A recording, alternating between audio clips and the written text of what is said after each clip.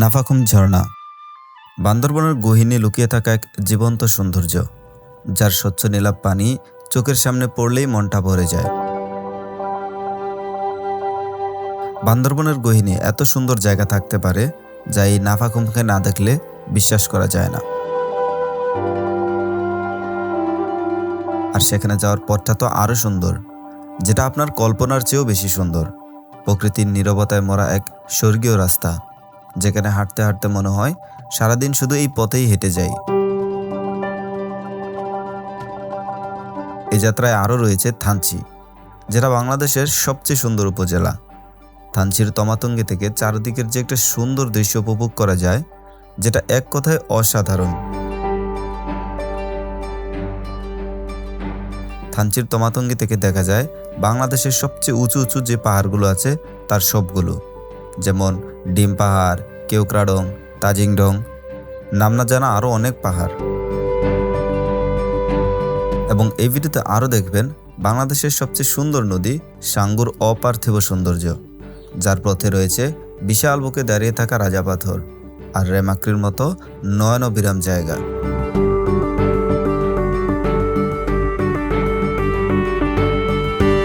একটিমাত্র ট্রেকে আর কি বা লাগে, চলেন আপনাদেরকে বিস্তারিত তুলে ধরছি।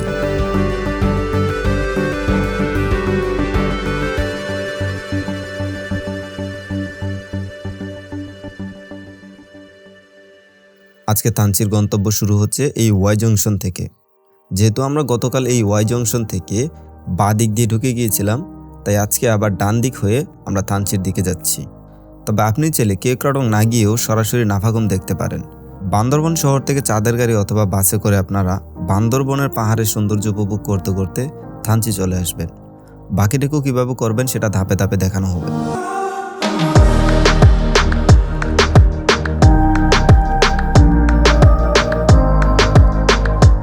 আমাদের এই ট্রিপটা সব কিছুই ভালোভাবে যাচ্ছিল, তবে প্যারা দিচ্ছিল আমাদের বাইকটি। নীলগিরিতে দাঁড়িয়ে জুমার নামাজ শেষ করে যখন আবার রওনা দিব, তখন দেখি যে বাইকের চাকার হাওয়া নেই। এক এমন বিপদে পড়লাম যে না যাইতে পারতেছি এদিকে, না যাইতে পারতেছি ওইদিকে, মানে থানচিও যেতে পারতেছি না, বান্দরবনও যেতে পারতেছি না। অ্যান্ড কপালটা ভালো ছিল, আমি পাম্বারটা সাথে নিয়ে গিয়েছিলাম। আর যার কারণে ডাবল স্ট্যান্ড করে একটু পরপর হাওয়া দিয়ে দিয়ে অনেক কষ্ট করে বলিপাড়া ক্যাম্প পর্যন্ত আসি। কথা আছে না যে সময় যখন খারাপ যায় তখন দুবা খেতেও বাঘে ধরে, বিষয়টা হয়ে গেছে ঠিক এরকম। এখন এই যে বলিপাড়া ক্যাম্প, এখানে আসছি প্রায় দুপুর 3টা বাজে। আমাদের গাড়ির টায়ার পাঞ্চার হয়ে গেছিল সেই নীলগিরি। তো নীলগিরি থেকে যে কী পরিমাণ কষ্টে এইটুকু পর্যন্ত আসছি সেটা আসলে বলে ভাষায় প্রকাশ করতে পারবো না। যাই হোক, কপালটা অনেক ভালো যে বলিপাড়া ক্যাম্পের সাথে এখানে ছোটো একটা গ্যারেজ পেয়ে গেছি। আর এখানে ওরা টিউব লিক মারতে পারে না, তো যার কারণে এখনও টিউবটা পুরোপুরি চেঞ্জ করতে হয়েছে। এই আর কি, কপালে থাকলে যা হয়। আসছি সে অনেক আগে, এখন প্রায় সন্ধ্যা হয়ে গেছিলো। যাওয়ার পথে আর মনে হয় না খুব একটা ভিউ দেখা যাবে, তাও যতটুকু পারি। কপালে ছিল ভবিষ্যতে কানা ধরছি আর না রয়্যাল এনফিল্ড টিউবলেস ছাড়া করে ট্যুরে আসা। আসসালামু আলাইকুম, শুভ সকাল থানচি থেকে। গতকাল আমরা এই রিসোর্টটাতে ছিলাম, এখন আছি থানচি শহরের মধ্যে। গতকাল আসতে আমাদের রাত হয়ে গিয়েছে, এখন একদমই সকাল, প্রায় সকাল 7টা বাজে। আর চারদিকে দেখেন কুয়াশার চাদরে ঢাকা। এখন আমরা যাব থানচির ঐতিহ্যবাহী একটা প্লেস এবং একমাত্র প্লেস, যে ভিউ পয়েন্ট, তমাতঙ্গি ভিউ পয়েন্টের দিকে। ওখান থেকে দেখে আমরা নাফাখুম যাওয়ার ট্রাই করব। নাফাখুম যাওয়ার ট্রাই করব এই জন্যই বলেছি, কারণ গতকাল রাত থেকেই শুনতেছি নাফাখুম যাওয়া নাকি নিষিদ্ধ। আমাদের এলাকার একটা পুলিশের সাথেও দেখা হয়, উনি বলেছে এখন নাফাখুম যাওয়ার নিষিদ্ধ। এবং আমাদের যে রিসোর্টের ম্যানেজার ছিল তিনিও আমাদেরকে ইনফর্ম করেছে যে নাফাখুম এখন নিষিদ্ধ। কিন্তু তারপরেও আমরা কিভাবে নাফাখুম যাই সেটা একটু পরে বলতেছি। তার আগে চলেন আমরা একটু তমাতঙ্গি থেকে ঘুরে আসি। খুব সকালে বের হয়েছিলাম, তাই কুয়াশার জন্য কিছুই দেখা যাচ্ছিল না। আর যেহেতু আমরা তমাতঙ্গির দিকে যাচ্ছিলাম, তমাতঙ্গিটা একটু পাহাড়ের উপরের দিকে, আর তার একটু উপরে উঠে দেখি এমন এক দৃশ্য যেটা দেখে আমি পুরাই ফিদা হয়ে যাই। আমি এমন দৃশ্য পাহাড়ে এসে কখনোই দেখিনি। এই দৃশ্যটি দেখে মনে হচ্ছিল পাখির মতো করে মেঘের উপরে এখনই উড়ে বেড়াই। সুন্দর, কত সুন্দর হতে পারে পাহাড়, আর আপনি সেই পাহাড়ে আসছেন না। লুক ম্যান, পাহাড়ে আসেন, এই সৌন্দর্যগুলো উপভোগ করেন। ওহো, আজকের সকালটা আমার জন্য খুবই স্মরণীয় একটি সকাল। এত চমৎকার পাহাড়ের দৃশ্য দেখব যেটা ছিল আমার ধারণার বাইরে। এত কাছ থেকে মেঘগুলোকে দেখতে পারবো সেটা তো আমি কখনো কল্পনাও করিনি।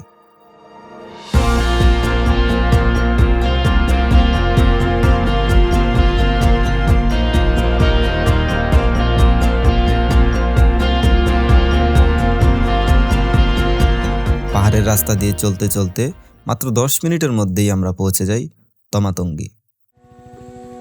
Baby, don't break me. I'm living for the highlights, living for my dream. So baby, stay with me. I'm living for the highlights, living for our dream.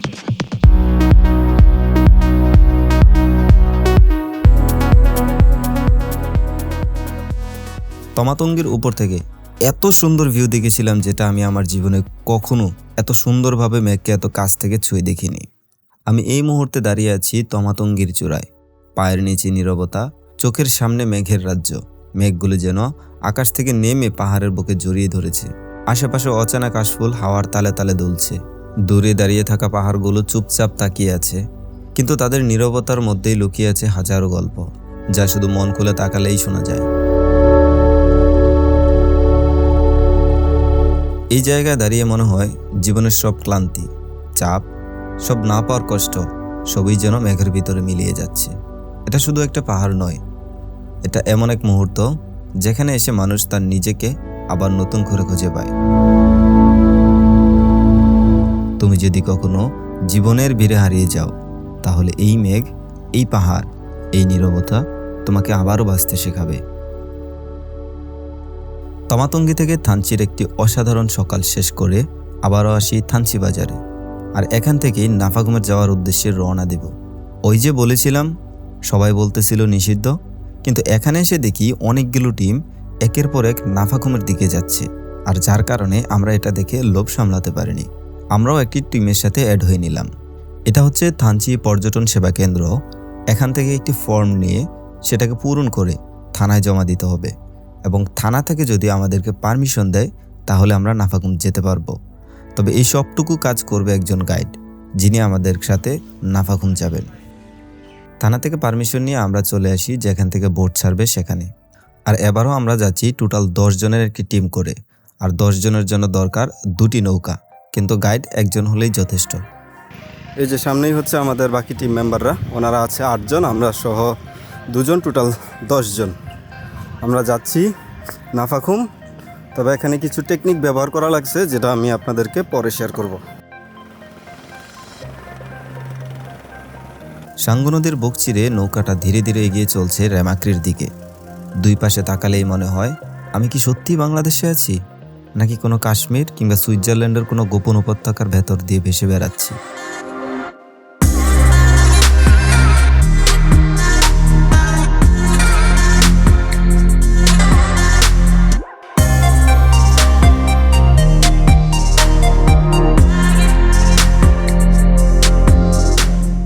নদীর দুই ধারে দাঁড়িয়ে আছে বিশাল বিশাল পাহাড়, সবুজে মোড়া, গম্ভীর অথচ ভীষণ শান্ত।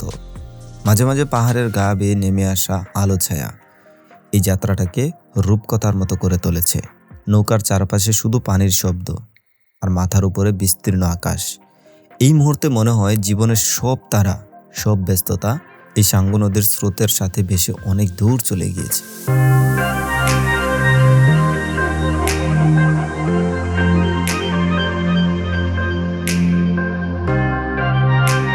এই নদী, এই পাহাড়, এই নীরবতা সব মিলিয়ে একটাই কথা বলে, বাংলাদেশের সৌন্দর্য দেখতে হলে অবশ্যই আপনাকে নাফাকুম ট্রেকে আসতে হবে। বাংলাদেশের সৌন্দর্য দেখলে বুঝবে স্বর্গ খুঁজতে দেশের বাইরে যেতে হয় না, আমাদের দেশেই স্বর্গীয় সুখ অনুভব করা যায়। দীর্ঘক্ষণ নৌকায় বসে থাকার পর আমরা আসি রাজা পাথর নামক জায়গাতে। আমি এর আগে বেশি পানি থাকা অবস্থায় এই রাজা পাথরের ভিডিওতে দেখেছিলাম, কিন্তু এত বড় পাথর আমার কাছে মনে হয়নি। কাছ থেকে এই পাথরগুলোকে দেখে আমার নিজেরই বিশ্বাস হচ্ছিল না, এত বিশাল বিশাল পাথর এই জায়গার মধ্যে পড়ে আছে। আমার ধারণা এক একটি পাথরের উচ্চতা প্রায় 30 থেকে 40 ফুটেরও বেশি হবে।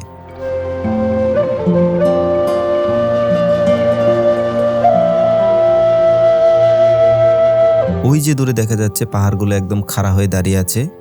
এই পাহাড়গুলোই মূলত ভেঙে এই পাথরগুলো এখানে এসে জমা হয়েছে। কত রং বেরঙের বিশাল বড় বড় পাথর, যা খুবই চমৎকার একটি দৃশ্য।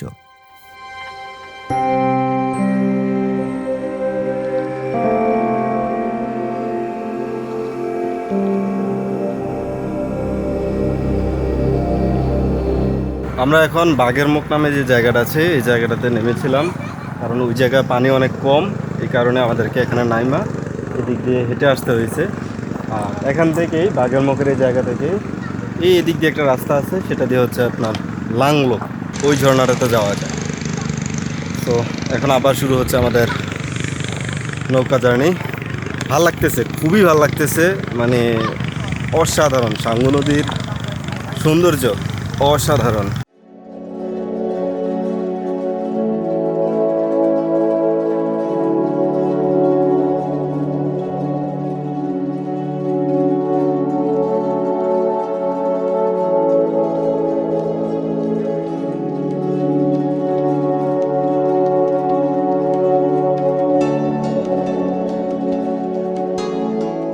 প্রায় 1 ঘন্টা 30 মিনিটের মতো নৌকা জার্নি শেষ করে আমরা পৌঁছে যাই রেমাক্রি। এটা হচ্ছে রেমাক্রি, আর সামনে হচ্ছে রেমাক্রি ফলস।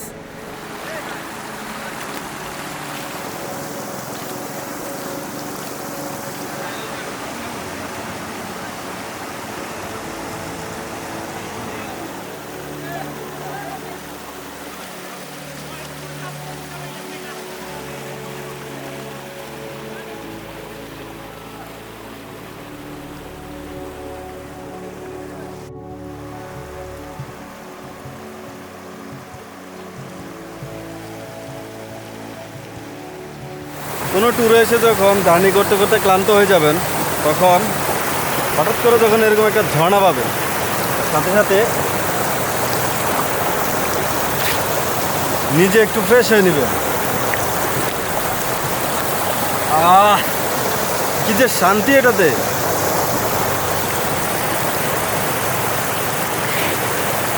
অস্থির লেভেলের ঠান্ডা অ্যান্ড অনেক বেশি ভালো লাগতেছে। এরপর শুরু হয় আমাদের নাফাখুম ট্রেকিং। আর নাফাখুম ট্রেকিংয়ের শুরুতেই আমি একটা বড় শক খাই।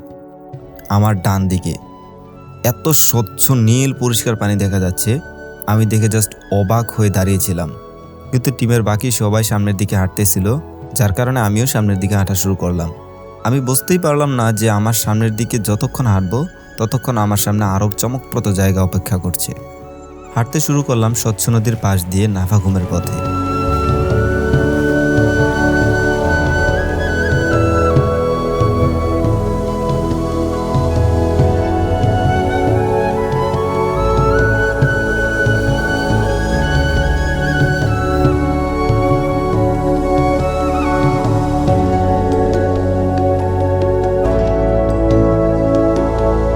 সুন্দর ট্রেকিং হয়তো আমি আমার জীবনে আর কখনোই করিনি।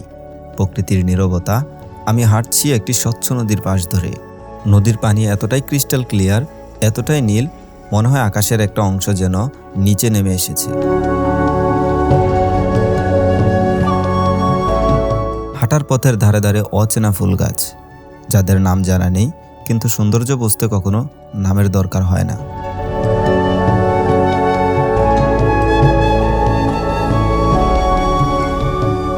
ভাই, আমি আমার জীবনে যতগুলো ট্রেক করেছি, এরকম সুন্দর ট্রেক, এরকম প্রশান্তিদায়ক ট্রেক আমি আমার জীবনে করিনি।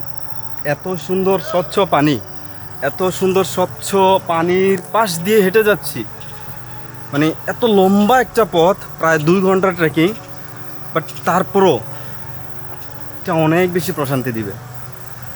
জীবনে একবার হলেও আপনি আপনার যারা ট্রেকিং করেন, আপনার লিস্টে এই নাফাকুম ট্রেকটাকে অবশ্যই রাখবেন। এত সুন্দর, বিশেষ করে শীতকালে। আমি বর্ষাকালে কেমন জানি না, তবে আমার পিছনে তো দেখতেই পারতেছেন পানি কি পরিমাণ পরিষ্কার। মানে এই পথটা পুরোটাই হচ্ছে এরকম স্বচ্ছ পানি। এত লম্বা, এত সুন্দর আমি কখনো দেখিনি। সুবহানাল্লাহ। আমরা কয়েকজন একসাথে হাঁটছি, এসেছি ভিন্ন ভিন্ন শহর থেকে, ভিন্ন ভিন্ন গল্প নিয়ে। আমরা কেউই এক জায়গার মানুষ নই, কিন্তু আমাদের উদ্দেশ্য একটাই, নেটওয়ার্কের বাইরে, কোলাহলের বাইরে এবং প্রকৃতির গভীরে গিয়ে নিজের প্রশান্তিটুকু খুঁজে নেওয়া। এখানে ফোনের কোনো সিগন্যাল নেই, কিন্তু আছে পাখির কিচিরমিচির আর পাতার ফাঁকে ফাঁকে হাওয়ার শব্দ আর প্রকৃতির একদম পিওর সাউন্ড। ভাই, কতটা স্বচ্ছ হতে পারে একটা পানি আপনি বিশ্বাস করতে পারবেন না। দেখেন দেখেন পানির কালারটা দেখেন। এই পথটা শুধুই একটি ট্রেকিং নয়, এটা নিজের ভেতরে ফিরে আসার একটা যাত্রা, যেখানে প্রকৃতি কথা বলে আর মন নিঃশব্দে সব শুনে ফেলে।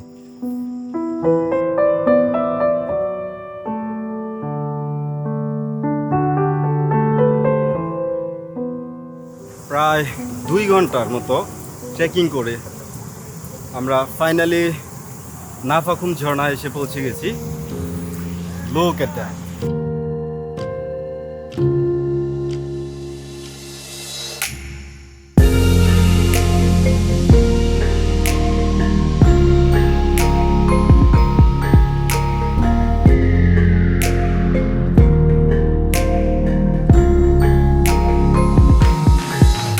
নাফাকুম জলপ্রপাত, এটা শুধুই একটি জলপ্রপাত নয়, এটা পাহাড়ের বুক চিরে নেমে আসা এক জীবন্ত সৌন্দর্য।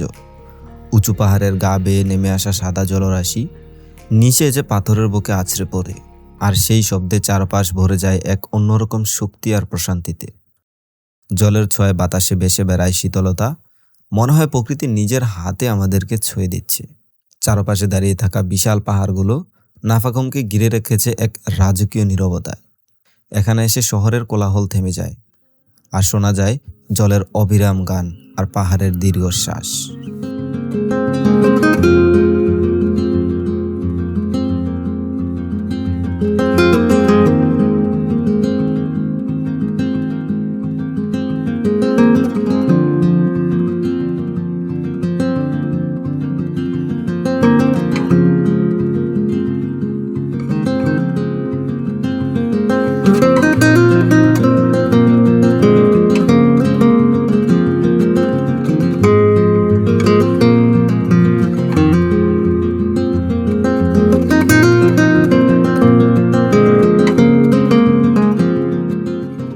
গতকাল রাতে হচ্ছে আমরা এই রুমটাতে ছিলাম।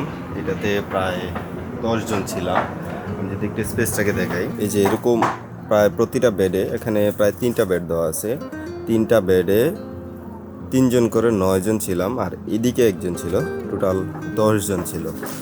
আর এখানে খুব একটা স্পেস নাই, একটা বেডে যদি 3 জন থাকে মানে আপনার এখানে পা নাড়ার কোনো জায়গা থাকবে না।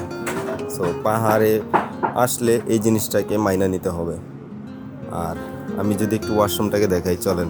এই হচ্ছে ওয়াশরুম, যেটা একদমই লোকাল, যেটার পরিবেশ দেখলে হয়তো অনেকে মুখ দিয়ে ঘৃণা চলে আসতে পারে। সো এই আর কি, মানা নিতে হবে।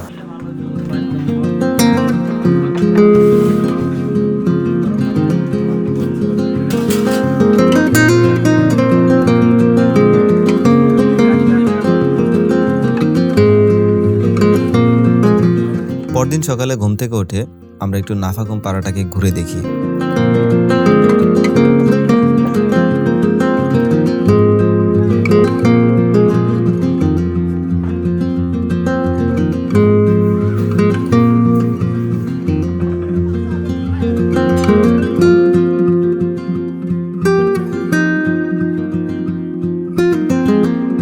আর এই নাফাকুম পাড়া দেখার মধ্যে দিয়েই আজকে আমাদের নাফাকুম যাত্রা এখানেই শেষ হচ্ছে। দেখা হবে ইনশাআল্লাহ পরবর্তী ভিডিওতে। ততক্ষণ পর্যন্ত আল্লাহ হাফেজ।